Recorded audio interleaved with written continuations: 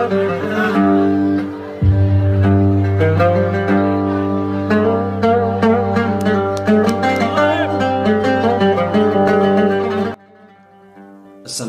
warahmatullahi wabarakatuh. Alhamdulillahirabbil alamin.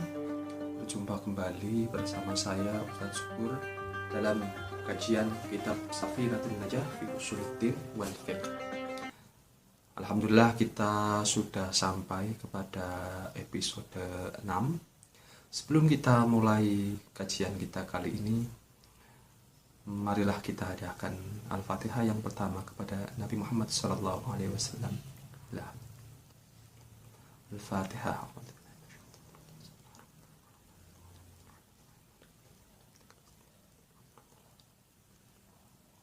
Kemudian kita hadiahkan Al-Fatihah kepada musannif atau pengarang kitab ini. Al-Fatihah. Bismillahirrahmanirrahim.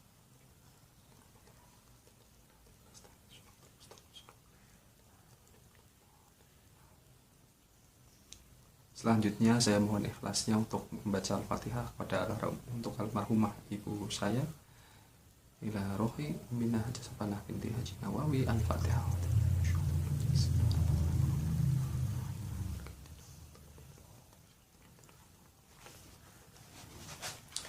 Monggo silahkan dibaca kitabnya, dipersiapkan kitabnya. Bismillahirrahmanirrahim. Nawaqidul wudu'i utawi pira-pira perkara kang batalake wudu iku arba'atu asya'a, ana papat pira-pira perkara. Al awal utawi kang awal iku al khariju, perkara kang metu min ahadis sabila ini saking salah sijine dalan loro, mengkubulin saking dalan ngarep, au tuburin utawa dalan buri, rihun padha uga angin, au khairuh utawi liyane angin, illal maniya kejaba mani. Jadi perkara yang membatalkan wudu itu ada 4. Yang pertama adalah keluarnya sesuatu dari jalan depan dan jalan belakang, baik pipis ataupun keluar angin. Nah, itu wudunya batal. Kecuali mani ya, kecuali keluar mani maka wudunya tidak batal, tapi wajib mandi besar. Atane utawi kang kaping loro iku zawalul akli, ilange akal, binaumin kelawan sebab turu, au khairihi utawa liyane turu. Illa nauma qaidin mumakkinin, illa nauma qaidin kejaba turune wong kang lungguh, mumakkinin kang netepake maq'adahu ing pelungguhane wong minal ardi saking bumi. Kemudian yang kedua itu hilangnya akal. Jadi kalau Anda sedang wudu kemudian tiba-tiba hilang akal karena tidur atau gila ya, atau tiba-tiba Anda gila, maka naudzubillah min dzalik ya, maka wudunya batal. Kecuali tidurnya orang duduk. Kalau dalam mazhab Syafi'i, tidurnya orang duduk tidak membatalkan asal tidurnya dalam kondisi yang tidak 100% pulas ya, tidurnya duduk dan masih merasa apabila dia keluar angin seperti itu. Nah, umpama Jumatan tidur terus bangun-bangun komat, marah-marah, ini masjid aliran apaan nih, kok nggak ada khotbahnya? Padahal dari tadi ada khotbahnya, cuma karena tidurnya kelewat pules, nggak tahu kalau ada khotbahnya. Nah, ini tidur seperti ini walaupun kondisi duduk, maka sebaiknya berwudu lagi karena tidurnya benar-benar pulas, benar-benar sudah hilang akal. Atalitu tawi kang kaping telu iku al iltiqa'u, Atalisu utawi kang kaping telu iku iltiqau tetemune basyaratai rajulin kulit lorone wong lanang wa mraatin lan wong wadon kabiraini kang gedhe lorone ajnabiyaini kang liya karone min ghairi hailin saking tanpa aling-aling. Jadi yang ketiga yang membatalkan wudu adalah bertemunya kulit ya. Kalau dalam mazhab Syafi'i, bertemunya kulit laki-laki dan perempuan itu membatalkan wudu. Asal sama-sama dewasa ya. Kalau anak 5 tahun, Anda umpama cowok dewasa kemudian bersentuhan sama anak 5 tahun, maka wudunya tidak batal. Atau Anda menyentuh sudah wudu menyentuh ibu Anda atau adik Anda atau bibi Anda, maka tidak batal ya. Kalau menyentuh yang bukan muhrim maka batal, asal sama-sama besarnya, sama-sama sudah dewasa. Ar-rabi'u utawi kang kaping 4 iku masuku bulal adami. Ngemek kubule anak Adam. Au halqati tuburihi utawa kolongane tubure anak Adam. Bibatni rohati kelawan batine telapak tangan au putunil asobi utawa batine piro-piro driji.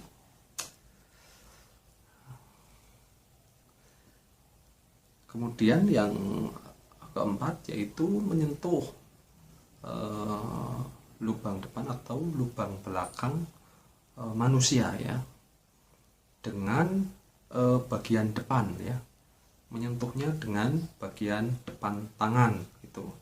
Umpama Anda sedang berwudu kemudian gatel, Anda menyentuh garuk-garuk pakai depan, pakai telapak tangan bagian depan, maka wudu Anda batal. Bismillahirrahmanirrahim. Lanjut ya. Faslun utawi iki kana fasal sewiji. Maning takoto wudu'uhu haruma alaihi arba'atu asya. Man utawi sapane wong intakoto iku batal wudu'uhu apa wudu'uhu wudune man haruma moko haram. Kalau haruma moko haram, kalau hurima moko teh haramakan.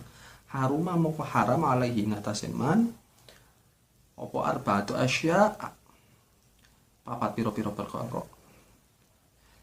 Jadi orang yang tidak berwudu atau sudah batal wudunya maka diharamkan 4 perkara ini. Apa saja itu? Yang pertama as-sholatu rupane sawiji sholat. Jadi orang batal wudu nggak boleh sholat. Wa tawafu lan tawaf. Orang nggak punya wudu tawaf nggak boleh ya. Wa masul mushafi lan ngemek mushaf. Orang yang nggak punya wudu maka tidak boleh menyentuh mushaf. Balwa Quran Karim fi kitab maktum la yamassuhu ilal mutahharun. Jadi dilarang menyentuh mushaf kecuali orang-orang yang suci. Terus bagaimana sekarang? Quran sekarang kan lewatnya HP, via aplikasi. Itu bagaimana hukumnya kalau menyentuh mushaf, menyentuh HP yang di dalamnya ada mushafnya? Nah, ini kan masalah kontemporer. Ini seyogyanya Majelis Ulama Indonesia membuat fatwa tentang masalah kontemporer yang sangat aktual ini, sangat urgent, aktual dan urgent. Ini harusnya Majelis Ulama membuat fatwa resmi bagaimana hukum menyentuh Al-Quran atau menyentuh HP yang di dalamnya ada aplikasi Al-Qurannya, seperti itu. Atau lembaga-lembaga yang biasa mengadakan bahsul masail harusnya membahas masalah ini ya, membahas masalah ini. Ini kan masalahnya real. Kadang lucu bahsul masail bahasnya hal-hal yang mustahil, hal-hal yang aneh.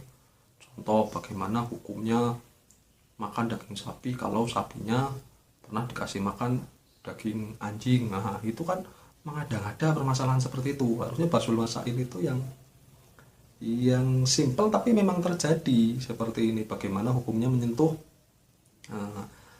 HP yang di dalamnya ada Al-Qur'annya, atau bagaimana hukumnya ketika kita pergi ke Jepang sudah sholat zuhur sampai Jepang ternyata sebelum zuhur. Nah, ketika sudah ada zuhur kita sholat lagi apa enggak, seperti itu kan permasalahan real, realita yang ada. Jangan mengada-ngada bikin bahsul masail pertanyaannya ya. Nah, dan juga Majelis Ulama Indonesia harus ini membuat fatwa tentang ini ya, tentang Al-Quran dalam HP ini. Jangan fatwanya makanan aja ya. Makanan ya jelas makanan itu ya jelas ada dananya ya. Nah gitu. Kalau terus bagaimana hukumnya menyentuh HP yang di dalamnya ada mushaf Al-Qur'annya? Nah, kalau kita mengambil fatwa dari Habib Novel Al-Idrus, maka hukumnya tidak apa-apa menyentuh HP yang di dalamnya ada mushafnya, tidak perlu berwudu. Itu diibaratkan ada Al-Qur'an di dalam sebuah kotak kaca. Ketika kita ngotak-ngatik kotak kacanya maka tidak perlu berwudu, seperti itu. Nah, fatwa dari Habib Novel Al-Idrus yang bermadhabkan Syafi'i ya, beliau ini. Wa hamluhu lan gawa mushaf wa yahrumu lan haram alal junubi ngatasi orang junub sitatu asya'a 6 piro-piro perkara. Opposite sitatu asya'a 6 piro-piro perkara. Jadi diharamkan atas orang yang berjunub atau berhadas besar 6 perkara. Yang pertama adalah as-sholatu rupane sawiji sholat. Nah, jadi orang berhadas besar nggak boleh sholat. Wa tawafu lan tawaf, orang berhadas besar nggak boleh tawaf. Wa masul mushafilan ngemek mushaf. Orang yang berhadas besar nggak boleh menyentuh Al-Quran. Wa hamluhu lan gawa mushaf, orang yang berhadas besar nggak boleh membawa mushaf. Wal lubthu lan meneng fil masjid, di dalam masjid. Jadi orang yang berhadas besar, orang junub itu nggak boleh itikaf berdiam diri di dalam masjid, mandi dulu ya. Itikaf aja nggak boleh, apalagi ngobrol-ngobrol di dalam masjid ya. Wa qiraatul Qur'ani lan maca Quran. Jadi orang junub itu tidak boleh membaca Al-Quran. Dalilnya apa? An Nabi sallallahu alaihi wasallam kana la yahjubu an qiraatil Qur'ani syai'un illa ayyakuna junuban. Nabi Muhammad sallallahu alaihi wasallam tidaklah melarang dari membaca Al-Quran sedikit pun kecuali dalam keadaan berjunub. Hadis riwayat Ibnu Hibban. Jadi orang lagi junub itu nggak boleh baca Al-Quran. Wa yahrumu lan haram bil haiti sebab haid. Apa asyatu asya'a 10 piro-piro perkara. Jadi orang haid itu dilarang 10 perkara. Apa aja itu? As-sholatu rupanya sawiji sholat. Jadi nggak boleh sholat. Wa tawafu lan tawaf. Orang haid nggak boleh tawaf. Wa masul mushafi lan nganggo mushaf. Lan ngemek mushaf. Wa masul mushafi lan ngemek mushaf. Wa hamluhu lan gawa mushaf. Jadi orang haid nggak boleh menyentuh dan membawa Al-Quran. Wal lubuthu lan meneng fil masjid dalam masjid. masjid. Jadi orang lagi haid tidak boleh berdiam diri di dalam masjid. Wa qiraatul Qur'ani lan maca Qur'an. Jadi orang haid nggak boleh baca Quran. Wa shaumu lan puasa, nggak boleh orang haid puasa, percuma haid puasa nggak diterima, nggak sah. Wa tolaku lan dan pegat. Nah ini buat suami-suami kalau udah benci banget, udah masalahnya nggak bisa diselesaikan sama istrinya, kalau mau tak menalak, jangan dalam kondisi istri sedang haid. Wal mururu lan liwat fil masjidi ing dalam masjid. In khofat lamun wedi sapa wadon talwi tahu ing motori masjid. Jadi dilarang lewat, orang lihat dilarang lewat dilarang lewat masjid kalau khawatir mengotori masjid, kalau khawatir darahnya netes kemana-mana. Tapi kalau umpama ada orang haid darahnya lagi nggak banter dan pakai pembalut dan yakin bahwasanya darahnya tidak akan menetes, maka boleh-boleh saja lewat ya di masjid. Tapi lewat ya, lewat, bukan berdiam diri. Kalau berdiam diri mutlak. Kalau berdiam diri mutlak tidak boleh. Wal istimta'u lan den alap seneng lan seneng-seneng bima kelawan barang bainas surati kang ana ing dalem antarane wudel waruk bati lan dengkul. Jadi kalau istri sedang haid, nafsunya tidak terbendung, maka tetap tidak boleh berjumbu, bermesraan barang di antara perut dan dengkul, seperti itu ya buat bapak-bapak. Nah demikianlah kajian kita minggu ini. Tetap jaga kesehatan, mudah-mudahan kajian kita kali ini bermanfaat. Amin amin ya rabbal alamin. Dari saya cukup sekian. Assalamualaikum warahmatullahi wabarakatuh.